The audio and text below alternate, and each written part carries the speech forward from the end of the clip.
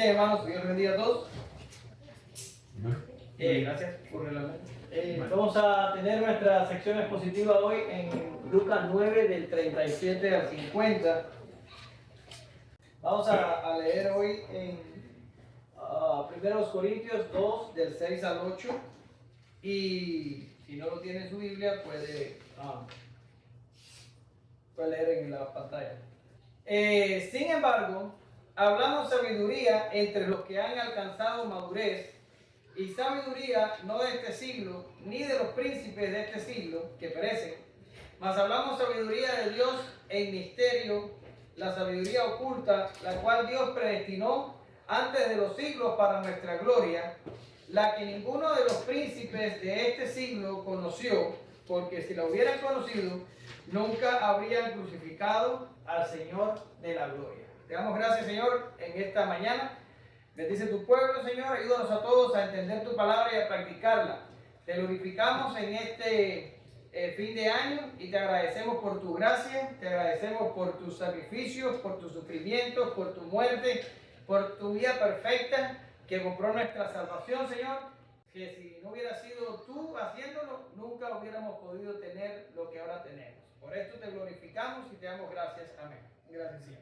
Bien, hemos estado, ya estamos saliendo de un ciclo que empezó con la confesión de Pedro, ¿se acuerdan? Cuando Pedro dijo, tú eres el Cristo, el Hijo del Dios viviente, y ahí pasamos a la primera predicción o primer anuncio de Jesús de su misión mesiánica, de que él iba a sufrir, él iba a morir y él iba a resucitar. Hablamos de la resistencia de los discípulos a este anuncio. Después vino el discurso del costo del discipulado. Y la clase pasada, no sé si los Ramírez vieron ya el video, pero la clase pasada estuvimos hablando de la transfiguración de nuestro Señor Jesucristo en el monte. Transfiguración que le puso el sello definitivo a la confesión que había dicho Pedro. Jesús no es el Hijo de Dios solo porque Pedro lo diga o porque Dios el Padre se lo haya revelado a Pedro, sino ya en el monte de la transfiguración. Es el propio Dios Padre el que habla y dice, este es mi Hijo, me he elegido, a él oír. Y estuvimos viendo eso la clase pasada. Bien, pues ya salimos de este ciclo. Sin embargo, los eventos que vamos a estar viendo hoy son un poco repetitivos con lo que ya estuvimos viendo, porque hoy Jesús vuelve a anunciar, o Jesús anuncia por segunda vez su muerte. ¿Y por qué empieza el énfasis en esto? Usted lo vio en la clase pasada, porque incluso Jesús, Moisés y Elías se encontraron en la montaña y hablaron acerca de las cosas que iban a estar pasando en Jerusalén y de la salida del éxodo de Jesús de este mundo, y todo eso lo vimos ya en la clase pasada. El ministerio y la vida de Jesús se enfocan hacia el viaje a Jerusalén y su pasión allí. Y estos eventos que vamos a estar hablando hoy ocurren inmediatamente después, bajan de la montaña. Además de la predicción de su muerte, vamos a estar hablando de un joven que es liberado de un espíritu inmundo, y vamos a estar viendo otro evento raro de los discípulos que resultó en una enseñanza del Señor para ellos y para nosotros. ¿Ya? Ahora, ¿qué vas a estar viendo? Jesús exorciza a un muchacho endemoniado, verso del 37 al 42. Es el efecto de sacar un demonio de una persona que está poseída. Segundo, Jesús habla otra vez de su muerte, del 43 al 45, que es el centro del sermón. Y los discípulos discuten por posición. Vamos a estar viendo esto del 46 al 47. Así que el primero que alcance el micrófono puede leer lo que está en la pizarra.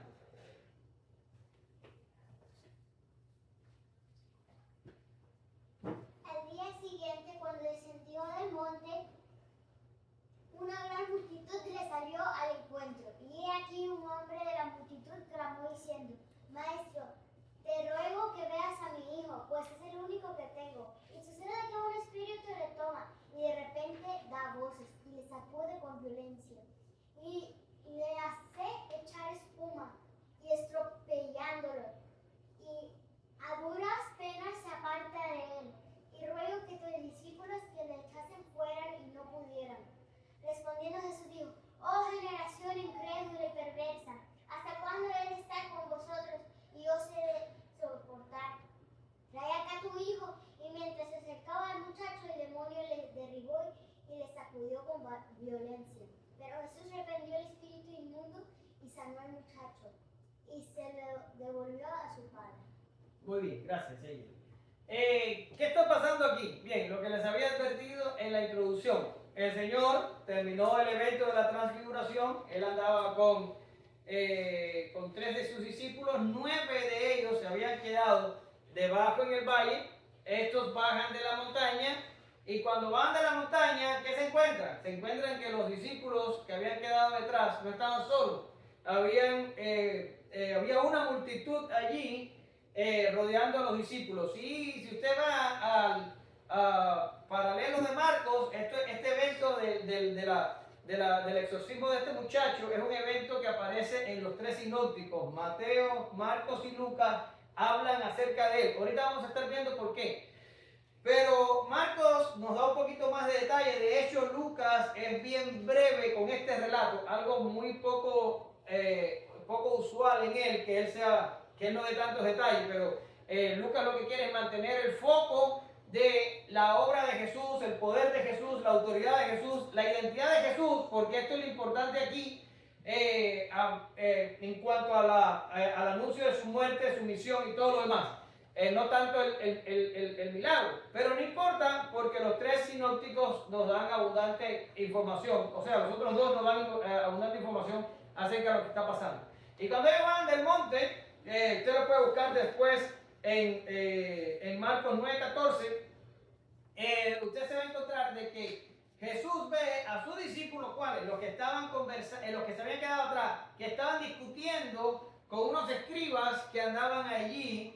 Y Jesús entonces llega y le pregunta a los escribas, a los que estaban discutiendo con sus discípulos, ¿de qué va todo esto? ¿Qué es lo que discuten? ¿Qué alegan? Cuando vemos esto y cuando vemos la forma en que Jesús les pide explicaciones a la multitud, hay algunos comentaristas, y yo estoy de acuerdo con esto, en que la multitud o esa parte de los escribas, ese grupillo que estaba ahí discutiendo con los discípulos, básicamente lo que estaban haciendo era asegurando de que el padre que había traído a su hijo poseído no iba a poder encontrar respuesta con Jesús. Ahora, cuando Jesús le pregunta qué están haciendo, qué es lo que discuten, ellos ni siquiera hablaron. El padre, desesperado, rápidamente salió al frente y dijo: Señor, yo te traje a mi hijo, mi único hijo, y no es algo raro que esto pase, pues cuántos hijos anteriormente ya estuvimos viendo que eran hijos únicos y Jesús terminó ayudando a su padre. Bueno, la hija de Jairo era hija única, y también el hijo de la viuda de Naín, que ya todo esto lo vimos anteriormente, Lucas 7:12 y Lucas 8:42.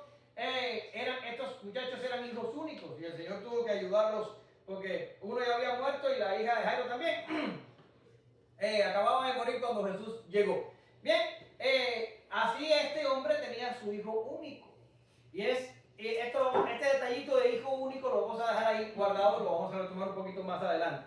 Y este hombre le dice: y te traje a este muchacho porque está poseído por un demonio que, como usted vio cuando ella le leyó, que lo tira para aquí, lo tira para allá, suelta espuma, se contorsiona. Básicamente este muchacho estaba sufriendo lo que ustedes conocen hoy como epilepsia, tenía ataques de epilepsia, claro. Y voy a poner como dicen, el parche ahora.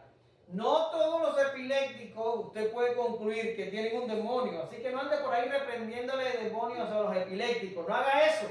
En este caso, nosotros, por la Escritura, que sabemos que es inspirada por el Espíritu Santo, tenemos abundante información confiable de que este muchacho tenía epilepsia porque lo provocaba la posesión demoníaca. Este caso, pero no sabemos los demás casos, no sabemos. Usted no lo sabe.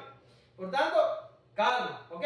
Ahora bien, el padre le dice al Señor que le estaba pasando esto al hijo. Por Marcos, nuevamente sabemos, y ahí yo les puse la cita a los que están tomando nota, Marcos 9:25, sabemos que el muchacho tampoco podía hablar y tampoco podía oír. Quiere decir, este demonio o este espíritu inmundo estaba haciendo bolas con este joven.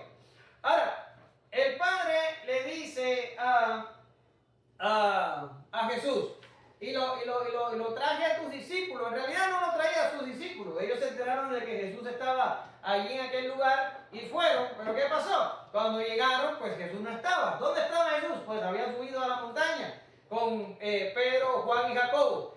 Y parece que los otros 9 dijeron, y a ver, ¿qué pasa? ¿Cuál es el lío? Y seguro que el padre dijo, no, aquí está el hijo, se lo traje a Jesús para que le sacara este demonio que hacía asado. Y los muchachos que acababan de regresar, ¿ustedes se acuerdan? De un tiempo que habían salido a predicar por las ciudades de Israel y habían predicado y habían sanado y habían exorcizado y ya tenían experiencia en estas cosas, seguramente que le dijeron, no pasa nada, tráelo con nosotros, nosotros vamos a exorcizarlo. Ya esto es una cosa en la que nosotros tenemos cierta experiencia. ¿Qué pasó cuando intentaron? No pudieron. ¿Ya está? No pudieron. Ahora, si usted va a Mateo 17, 20, 21 o Marcos 9, 29, están ahí las citas, yo se las puse, lo que no les trae los textos para que el mensaje no se me alargara y se me complicara. Usted nota de que los otros evangelistas identifican la causa del fracaso de los discípulos en un problema de incredulidad. Los discípulos no habían tenido fe suficiente para que se produjera el exorcismo. Ahora, esto me lleva por un camino en el que yo no quiero entrar porque me va a separar del tema. O sea, yo estoy comentando a Lucas, no estoy comentando los otros sinópticos. Y creo que si me voy por el trillo, nunca voy a regresar al sendero. Así que solamente voy a decir que los discípulos tenían un problema con la incredulidad. Hebreos 11:6 dice, pero sin fe es imposible agradar a Dios, porque es necesario que el que se acerca a Dios crea que le hay y que es galardonador de los que le buscan. Por tanto, algo pasó con la fe de los discípulos, algo pasó que no les funcionó la cosa y no pudieron ayudar al Padre. Ahora, no quiero que usted agarre un concepto equivocado al respecto, porque en estos tiempos la gente ya no tiene fe en Dios, la gente tiene fe en la fe. No sé si entienden lo que yo estoy queriendo decir. La gente cree que si tiene fe, ya eso se constituye en una moneda de cambio en la que yo puedo acercarme a Dios y comprar. Claro que lo estoy poniéndolo como una ilustración. Pero ¿qué significa? Yo tengo fe, pues Dios va a hacer todo lo que a mí me dé la gana. Es como lo del genio de la lámpara. Usted entiende lo que le estoy tratando de decir, ¿verdad? Eso es tener fe en la fe. Y tener una fe equivocada es tan malo como la incredulidad.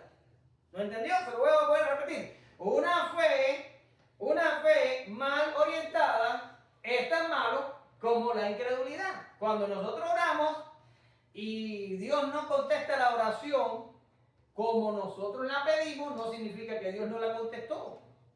Por ejemplo, si Asa quiere un dron, él quiere un dron, y me ha pedido el dron toda la semana de que vamos a vacaciones, pero yo no se lo he comprado.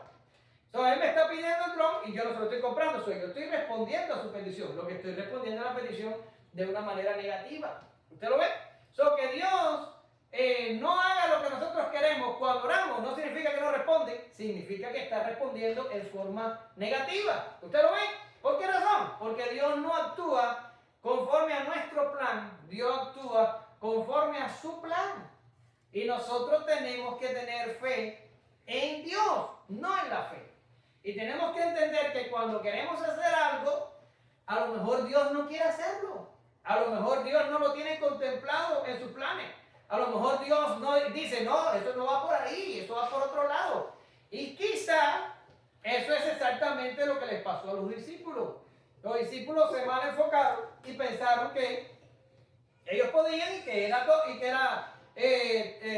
algo como easy peasy, pero no fue así. ¿Por qué razón? Porque no era la voluntad de Dios que ellos lo hicieran, era la voluntad de Dios que Jesús lo hiciera, por razones que ahorita vamos a estar viendo.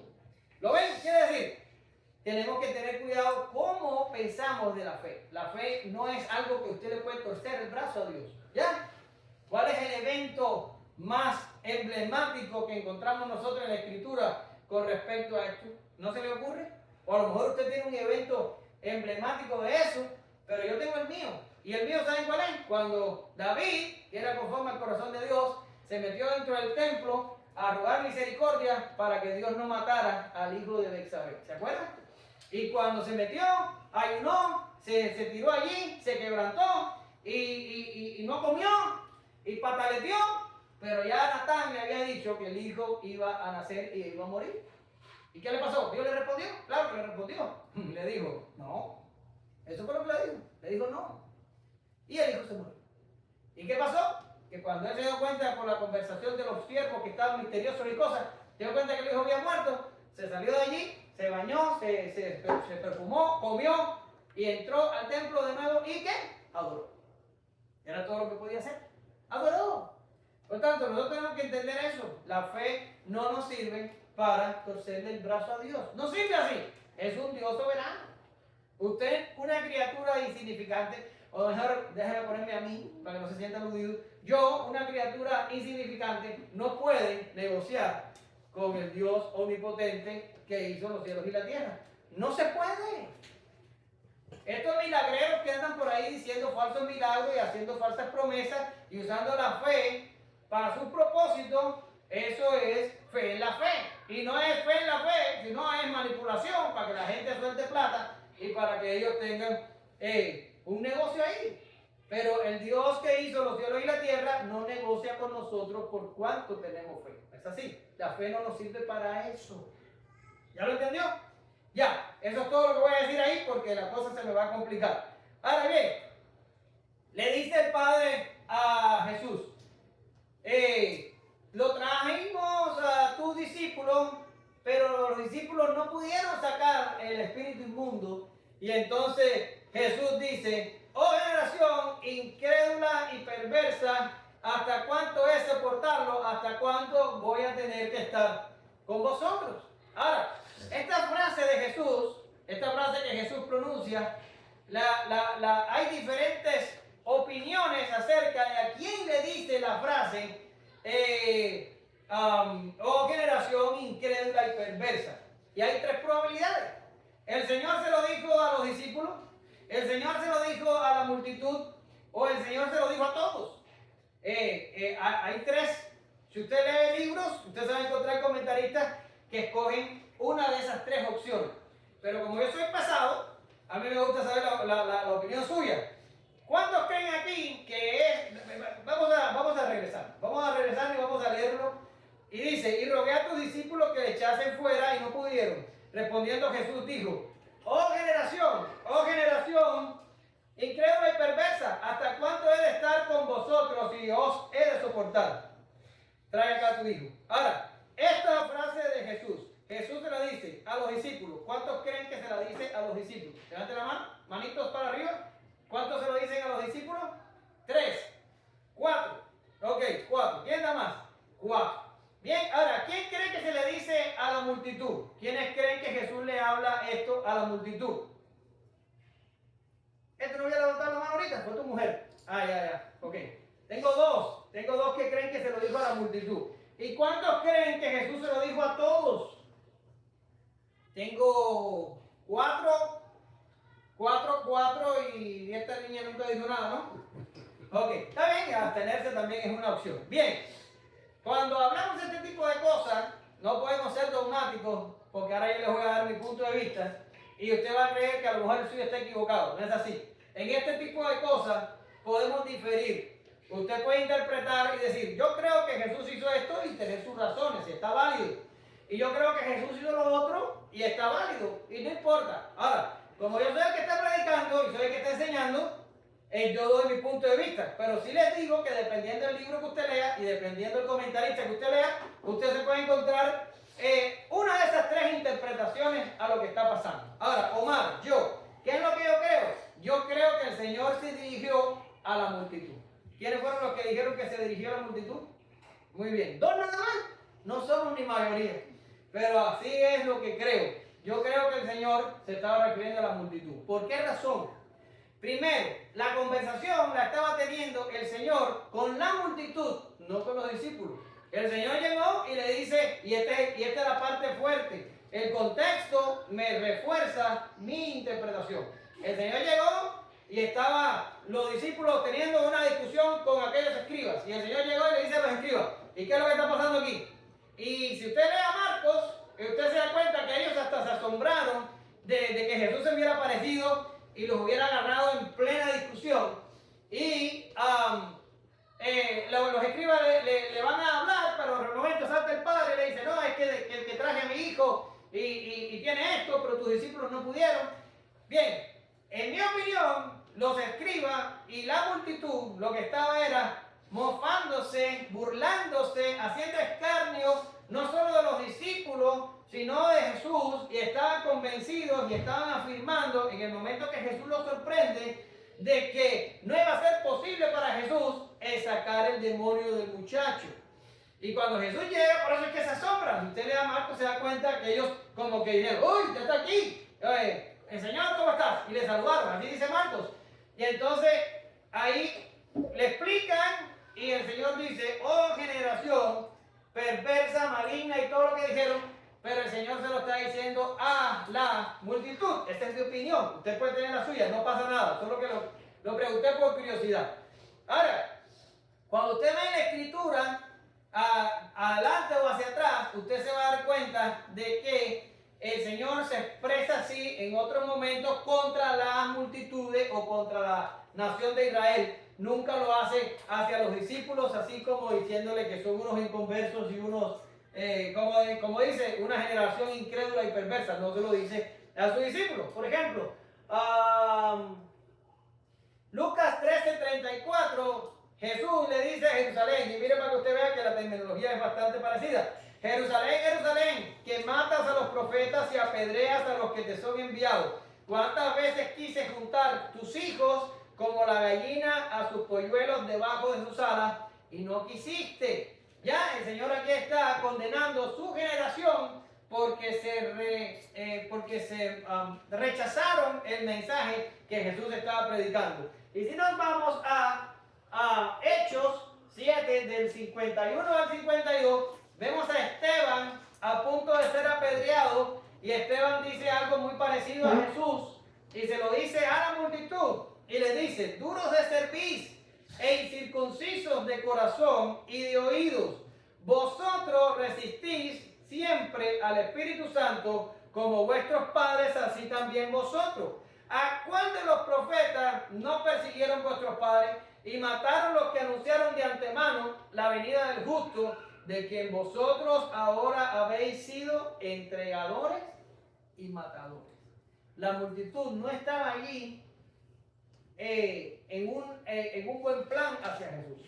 Estaban haciendo escarnio de él, se estaban burlando, estaban diciendo, a ver, Jesús, le dicen al Padre, posiblemente, yo estoy leyendo entre líneas, los discípulos no pudieron, estás perdiendo tu tiempo, Jesús tampoco va a poder. Este muchacho está condenado, no hay respuesta para ti, vámonos que aquí estamos perdiendo el tiempo. Cuando Jesús llega y los sorprende, le explica y Jesús le dice, todos ustedes son una generación incrédula y una generación perversa. Y le dice entonces al Padre, trae acá a tu hijo, trae acá a tu hijo. Ahora, los otros sinópticos, aquí están las citas, por lo menos las de Marcos, entra Jesús y el Padre en una conversación acerca de la fe del Padre, porque el muchacho cuando lo traen y dice que el Espíritu vio a Jesús y agarró entonces y lo tiró contra el piso, en mi opinión el Espíritu lo que quería era, como sabía que Jesús lo iba a sacar,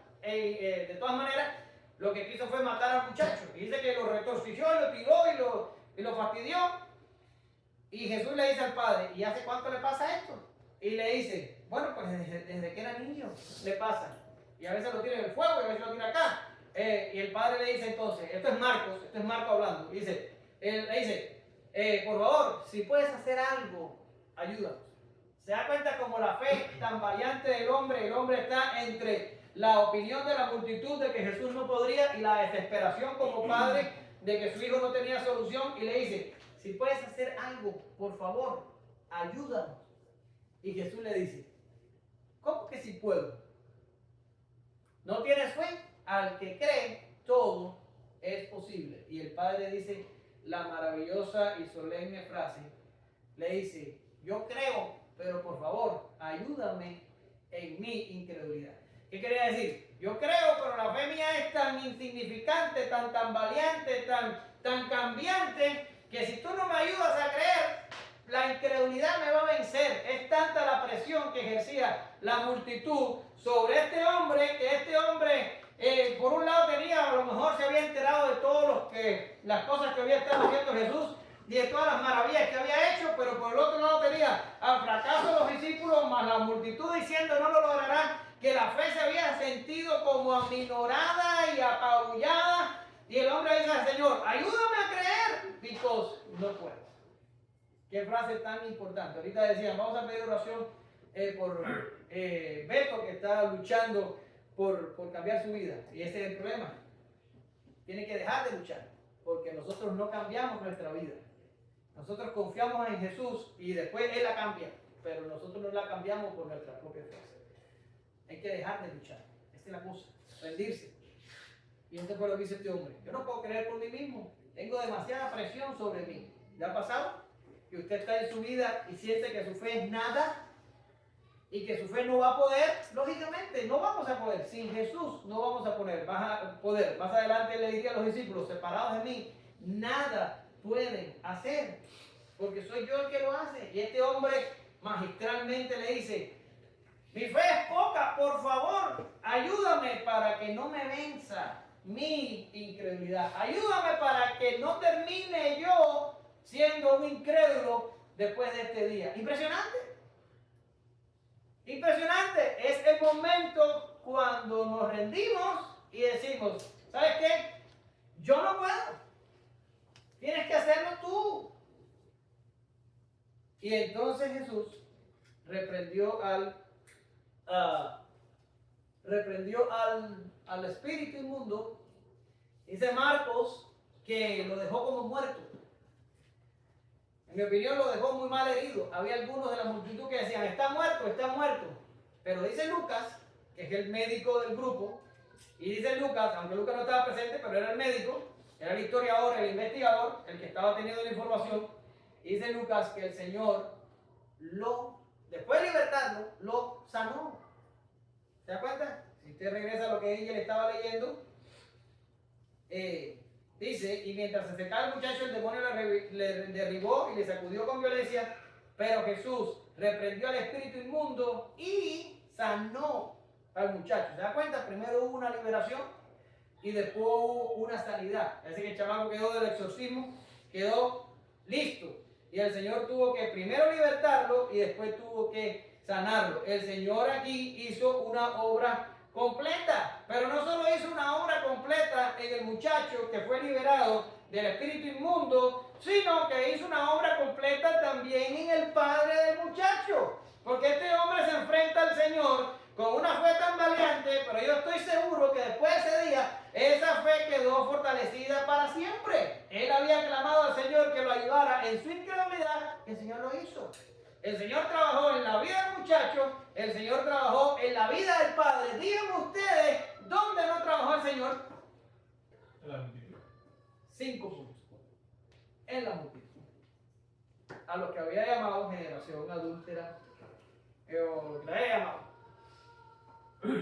En la multitud. Porque esa multitud se quedó igual y completa. Bien. Ahora, ¿por qué es importante este relato? ¿Por qué los tres sinópticos lo ponen aquí? ¿Y por qué los tres hablan del evento? ¿Por qué está aquí? Después del monte de la transfiguración, entre una predicción de la muerte del Señor y otra predicción de la muerte del Señor. ¿Por qué está aquí? Bueno, en mi opinión, y esa es mi opinión, no lo leí en ningún lugar, este soy yo interpretando el pasaje. En mi opinión, más allá de una intención narrativa histórica de los tres evangelistas, existe una fuerte relación entre esta historia y la propia historia de Jesús. Es como si existiera, o lo veo yo así, un paralelismo entre este exorcismo o entre este evento en su totalidad y la obra que Jesús estaba haciendo. Miren, lo primero que pasa en la vida de el padre, el muchacho endemoniado de la multitud, y también pasa en la vida de Jesús, su ministerio y su obra. Lo primero que pasa, los discípulos no pueden, pero Jesús puede. ¿Lo ven? Los discípulos no pudieron sacar al Espíritu, pero Jesús sí pudo sacar al Espíritu. Pero en cuanto a la vida y obra de Jesús, la obra de Jesús no la puede hacer ningún otro hombre. Usted no la podía hacer, yo no la podía hacer, ningún hombre del tiempo de Jesús podía hacerlo, solo Jesús puede hacerlo. Ningún otro ser humano puede satisfacer la justicia del Padre. Ningún otro escogido, y Jesús mismo es escogido del Padre, puede vivir una vida de obediencia perfecta ni sufrir un castigo intensivo para salvar a otro. Lo que los escogidos no pueden hacer, Jesús sí lo puede hacer. ¿Lo ven?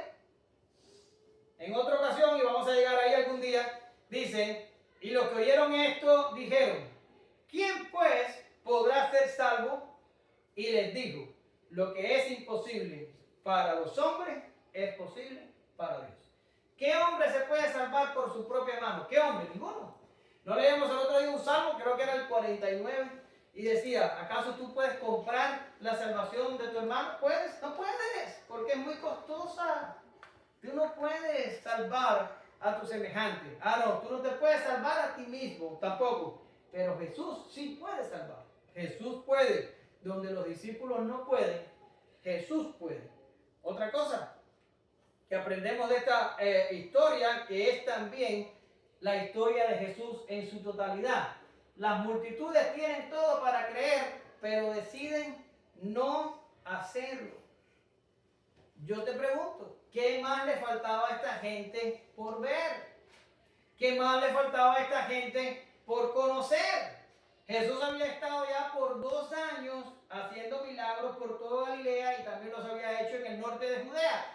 Jesús había estado todo el tiempo sanando enfermos, exorcizando endemoniados, limpiando leprosos, perdonando pecados, cambiando tempestades, calmando tempestades, multiplicando panes y peces, provocando pescas milagrosas, pronunciando discursos que no habían sido pronunciados jamás, que hasta sus propios enemigos le decían, ningún hombre puede hablar así. Le salieron a apresarlo los guardias y miraron, ¿y dónde está? No pudimos. ¿Por qué? Porque este hombre habla de una forma que nunca nadie ha hablado, decía en el pasaje. Quiere decir, Jesús le había dado todo lo que la multitud necesitaba para que creyeran, pero la multitud no creyó.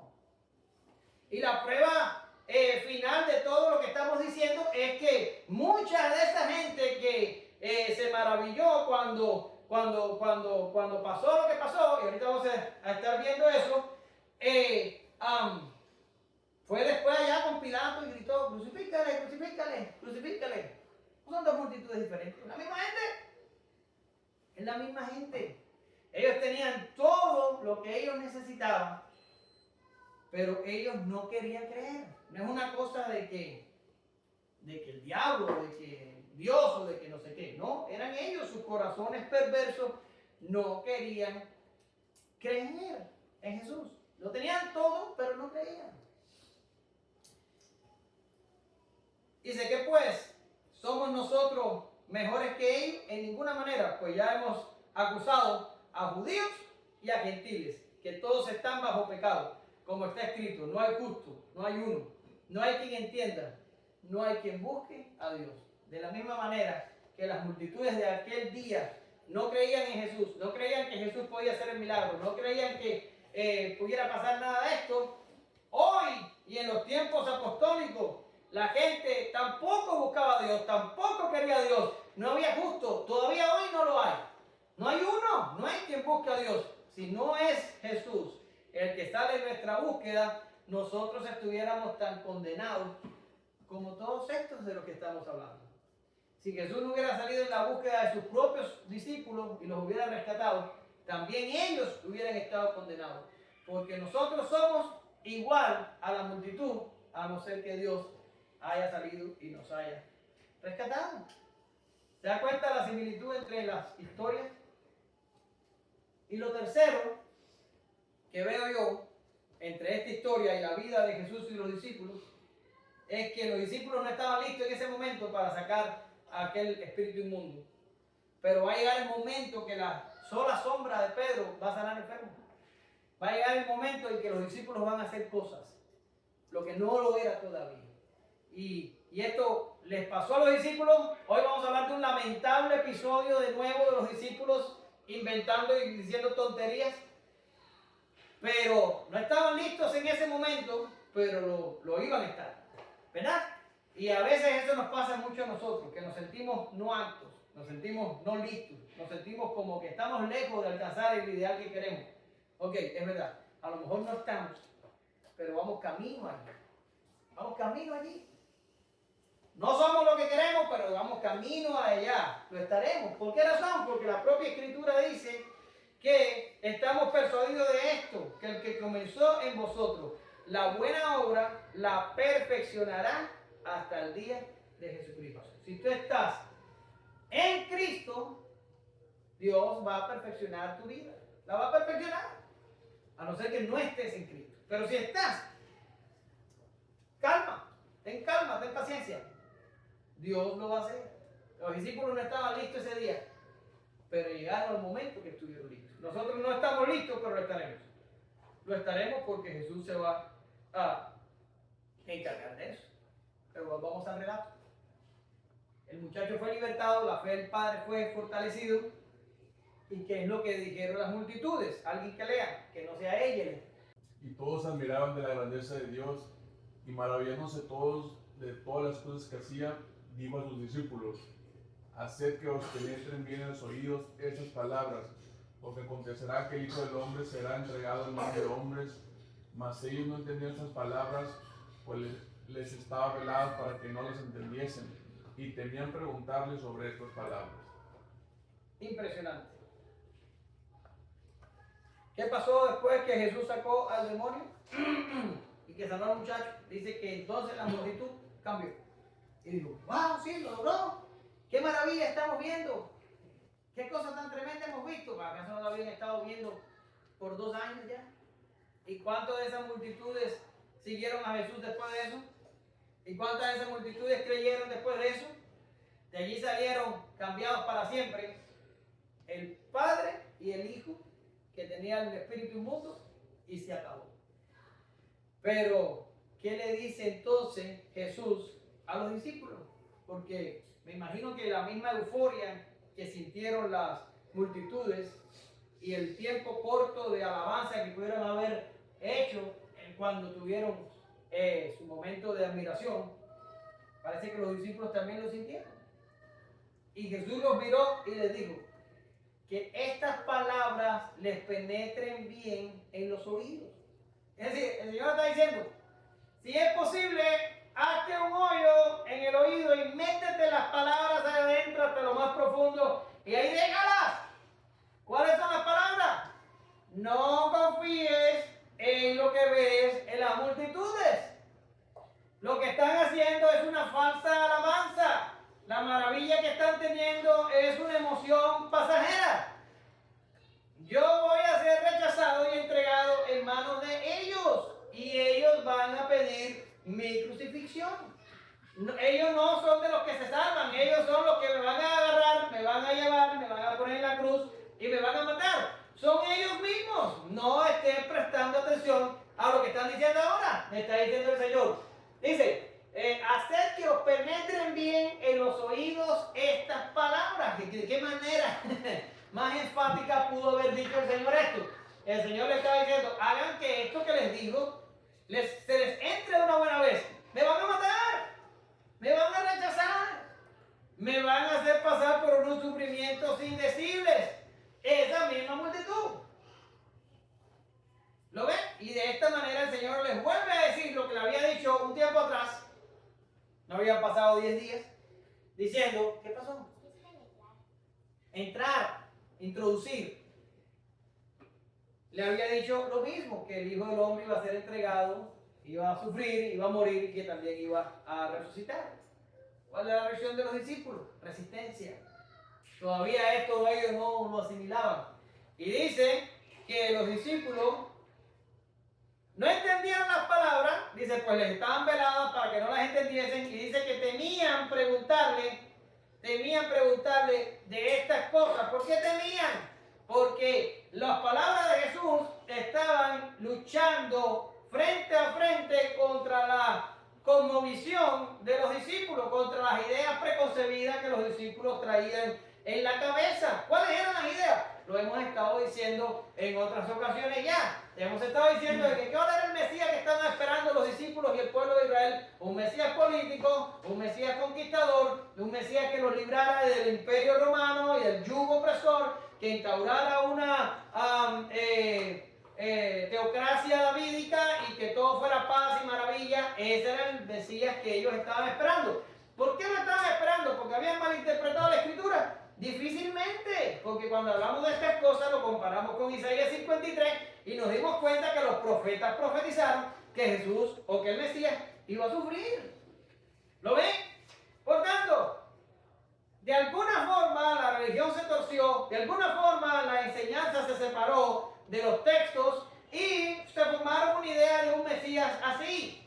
Y eso es lo que traían estos muchachos o estos discípulos en la cabeza. Este Mesías humano que poniendo un reino terrenal. Y lo que Jesús les decía chocaba en su mente y peleaba contra lo que ellos tenían en su cabeza. ¿No te ha pasado eso? Lo decía el otro día, creo, Martín, cuando estábamos hablando de libertad cristiana. Y Martín decía, es que traemos un chip aquí que ya nos pusieron y es difícil sacarnos el chip. Bien, lo sientes, lo experimentas. Bueno, esto es lo que estaban los pobres discípulos. Estaban peleando contra la idea de que Jesús sufriría, moriría y que ellos serían apartados de Jesús. Ellos no podían entender, tenían miedo. Tenían miedo a hablar de estas cosas. Más adelante yo creo que Juan es donde lo dice, que los discípulos se llenaron de tristeza cuando ya entendieron de una vez que Jesús iba a morir. Se llenaron de tristeza. Ellos tenían miedo a hablar estas cosas. Pero ya Lucas no lo dice, pero lo dicen los demás.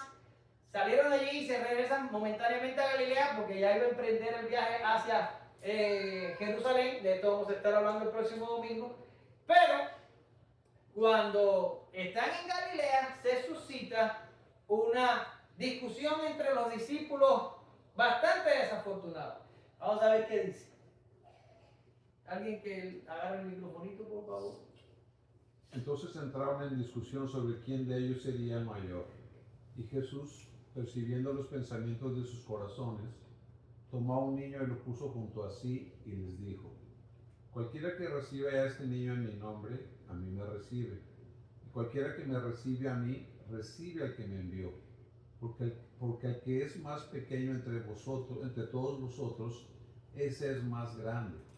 Entonces respondiendo Juan dijo: Maestro, hemos visto a uno que echaba fuera demonios en tu nombre, y se lo prohibimos, porque no sigue con nosotros. Jesús le dijo: no se lo prohibáis, porque el que no es contra nosotros, por nosotros es.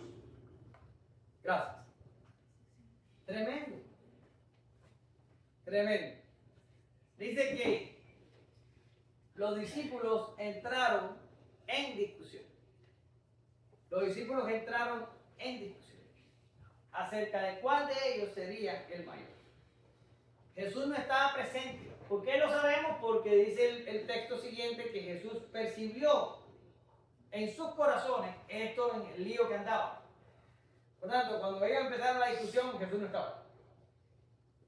Probablemente esto había sido provocado porque cuando Jesús resucita a la hija de Jairo, él entra con Pedro, Juan y Jacobo. Y entonces ahora cuando sube el monte de la transfiguración, sube solo con ellos. Y ya por 2 ocasiones Jesús había escogido andar con 3 de ellos, no con 12. Y a lo mejor los otros 3 se empezaron a sentir un poquito mejor, o los 9 que quedaban atrás se empezaron a sentir un poquito peor, o pasaron las 2 cosas. Pero lo cierto es que se suscita entre ellos la lamentable discusión de quién sería el mayor. Y empiezan a discutir estas cosas. Y Jesús, conociendo, porque no hablaron con Jesús, ellos sabían que era mejor ni tocar este tema. Jesús, conociendo los pensamientos, entonces agarra al niño y hace todo lo demás.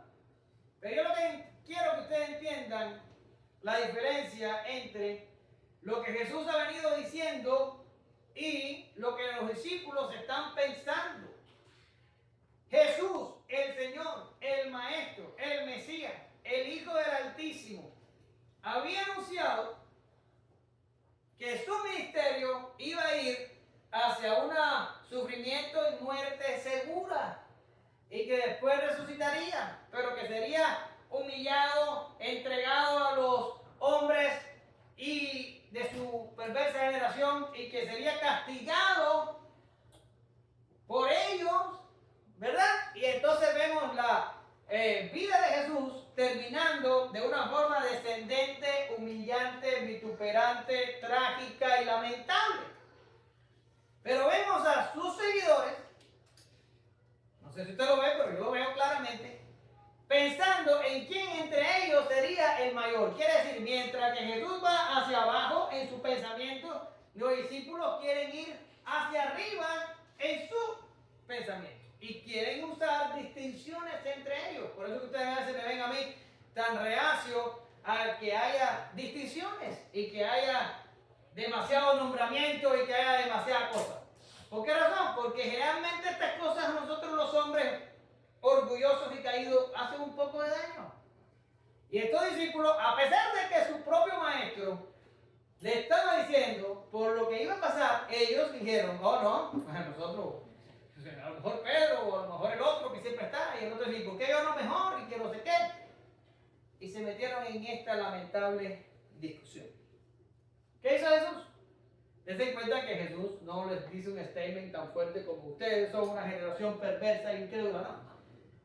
Agarra un niño. Si usted va al griego, la palabra es niñito, un niño. A lo mejor así como Esa. Uno de ellos dice que Jesús lo tomó en sus brazos. Agarra un niñito y lo pone en medio de ellos para darle una lección de humildad. Pero yo necesito que ustedes se desprendan del concepto de lo que es un niño según nuestra cultura moderna y que ustedes traten de entrar a lo que era un niño cuando Jesús agarró un niño y lo puso entre ellos. Porque ese es el objetivo de la interpretación. La interpretación no es lo que yo creo que el texto dice. No, la interpretación es responder a la pregunta, ¿qué es lo que el escritor original del texto le trató de decir al oyente original? ¿Ya? Este contexto tiene 2000 años de antigüedad. Lo que era un niño en aquellos tiempos no es lo mismo que es un niño hoy. Usted ve un niño, y si usted es una persona normal, me imagino que por ahí habrá algunos retorcidos que quieran hacerle toda clase de horrores a un niño, pero un niño es una cosa que usted va a tratar de amar, de proteger y de cuidar y de exalzar, y que un niño en nuestra sociedad moderna es algo que está en la cúspide de la cadena alimenticia. ¿Qué quiere decir? Un niño es lo más importante que usted se puede encontrar. En nuestra sociedad moderna, el niño está en el top. Después vienen los perros, los caballos, los delfines, los elefantes y todos los animales. Después vienen las mujeres, junto con las serpientes. No, los de las serpientes viven con los elefantes. Pero después vienen las mujeres, y después de las mujeres entonces vienen los gays y los pecadores y las lesbianas y todo eso. Y muy por abajo de la cadena estamos nosotros los hombres, que si nos metemos con las capas de arriba terminamos presos para siempre en una prisión de alta seguridad. Esa es nuestra sociedad moderna. Pero el niño y los adolescentes están en el top 10, están ahí arriba. Es lo más importante. Pero ¿saben qué? Da risa, pero a mí lo que me da una terrible tristeza. En el tiempo de Jesús, la pirámide estaba al revés. Fueron los puritanos los que empezaron a darle cierta importancia a los niños hace solo 500 años. Pero un niño, en los tiempos de Jesús, y todavía el judaísmo trataba a los niños un poquito mejor que los griegos, o que los romanos, o que las otras culturas paganas. Las otras culturas paganas, yo les iba a traer a ustedes lo que hacían con los niños y tenía algunas cosas ahí en la computadora, pero dije, no voy a hacerlo, no vale la pena. Un niño era algo totalmente desechable, era algo que los padres no estimaban de la misma forma que hoy, que nosotros vemos a los niños con catarro y nos da un estrés que nos cambia el pelo de color. No, en aquellos tiempos los niños eran desechables. Si se morían no importa, yo tengo 16 más, espero que de esos 16, 4 de ellos lleguen a la edad adulta, porque las enfermedades, la mortalidad y todo lo demás acababa con los niños muy pronto. Pues un niño no valía nada, pero si no valía nada un niño masculino, una niña hembra no valía para nada. A veces los padres se despojaban de las hembras porque una mujer en la cultura judía y en las otras culturas no valía para nada. ¿Y para qué? ¿Quién iba a querer una hembra? Tírala, bótala. La botaban, le decían que eran expuestos. Esa era la manera que empleaban y lo tiraban. Por tanto, un niño era lo peor de la sociedad. Donde estamos hoy los hombres, en ese tiempo estaban los niños. Dice un comentario que tengo en la computadora, el comentario exegético práctico del Nuevo Testamento, dice así: los niños no tenían poder, ni estatus, ni derecho, y eran considerados insignificantes y desechables. Como alguien considerado pequeño, débil y dependiente, el niño es la imagen perfecta de aquellos que mejor responden a la gracia de Dios. En las listas de prioridades de los tiempos de Jesús, era más importante una mujer que un niño. Y ya la mujer no tenía importancia ninguna. Un siervo, un esclavo, era más importante que un niño. El niño estaba abajito, sin importancia. Y a ese niño pequeño, sin importancia, Jesús lo toma en sus brazos, lo pone en medio de los discípulos y le dicen, tienen que recibir, ¿cómo es que dice? Porque ya quiero decirlo bien como lo dice. Le dice, y cualquiera que reciba a este niño en mi nombre, a mí me recibe, y cualquiera que me recibe a mí, recibe al que me envió, porque el que es más pequeño entre todos vosotros, este es el más grande.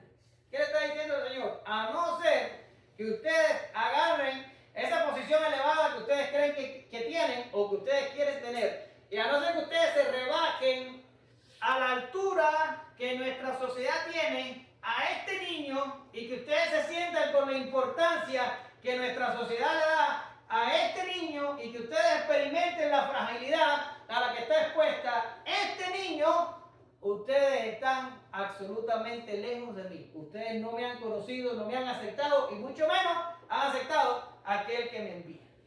¿Lo ven? Todo lo contrario. Todo lo contrario. Pero no es lo que hemos venido, estado hablando todos estos días, ¿verdad? Del costo del discipulado y todo lo demás. Como hoy en las iglesias hay apóstoles y patriarcas y ungidos y el diablo también. Yo llegué a una iglesia una vez a Las Vegas que me invitaron, nunca más regresé, por supuesto. Y cuando me fui a sentar me dijeron, ¿no te sientes ahí? Y digo, ¿por qué? Vive de casi está roto el asiento. No, es que ahí se sienta el profeta. Oh. No voy a aventar. Digo, no, menos mal que me dijeron, hacer que me siente y empiece a hablar aquí raro y empiece a hacer cosas. Me pasó en Las Vegas. A mí a nadie, no sé si a nadie se acuerda.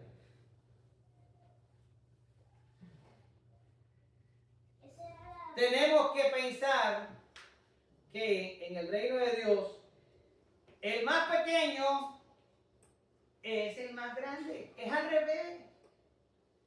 El cristianismo es al revés de lo que nos ha enseñado nuestra sociedad y nuestra cultura.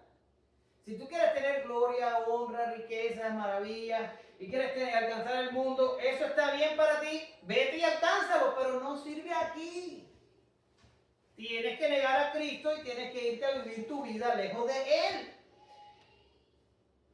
Pero aquí el pequeño es el más grande. El creyente no abraza la gracia a menos que decida humillarse hasta el lugar más bajo. Es lo mismo que hizo el Padre cuando le dijo a Jesús, mi fe está siendo atacada y está siendo estremecida, por favor, ayúdame. Que la incredulidad no triunfe en mí. La persona que se entrega a Jesús es una persona que sabe que no puede pelear ninguna batalla. Y le dice, ¿sabes qué? Me rindo. Haz lo que tú quieras con mi vida. Me da igual. Pero si tú no peleas por mí, yo no puedo ir un paso adelante. Ahora, esto sería un absoluto sinsentido si Dios no hubiera hecho lo mismo? A lo mejor tú vas a decirme, oh hermano, pero espérate, es que la predicación está muy dura. ¿Quién va a seguir la predicación?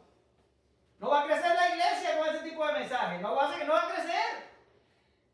Pero tú tuvieras la razón si Dios no hubiera hecho exactamente lo mismo con su hijo. ¿Me entiendes? O sea, Dios no te está pidiendo a ti algo que ya no hizo él antes. Este es el principio del liderazgo. Alguien por ahí dice que el líder no le pide a la gente hacer algo que él no ha hecho. El líder tiene que haberlo hecho primero. Y Jesús salió de su gloria, que nosotros ni siquiera entendemos qué significa eso. Se despojó de todo, bajó a esta tierra, porque para ustedes la tierra esta pecaminosa es normal. Y usted hasta ve belleza en la naturaleza y puede admirar el arte y escuchar buena música, si es que todavía eso existe. Y puede de cierta manera encontrar cierto placer. Usted se imagina al Dios que hizo los cielos y la tierra, santo como es, grande como es, todopoderoso como es, viviendo como un hombre en esta tierra llena de pecado. ¿Usted se le imagina lo que eso significa? La humillación que usted y yo podamos sufrir por causa del Evangelio no es ni la milésima parte de lo que sufrió Jesús. Esto no es una cosa que Dios te dice, ahí, hazlo y si lo pasas, ven a verme, que a lo mejor hay un lugar para ti en el reino. No, es que las bases del reino las asentó la segunda persona de la Trinidad que se humilló. ¿No es lo que dice Filipenses 2 del 5 al 8? Que se humilló. Romanos 12:3 dice, digo pues, por la gracia que me es dada a cada cual que esté entre vosotros, que nadie tenga más alto concepto de sí que el que debe tener, sino que piense de sí con cordura, conforme a la medida de fe que Dios repartió en cada uno. Y Pablo nos advirtió, cuidado con el concepto de ti que tienes. Cuidado, porque a veces la gente se le va la onda y se empieza a creer demasiadas cosas.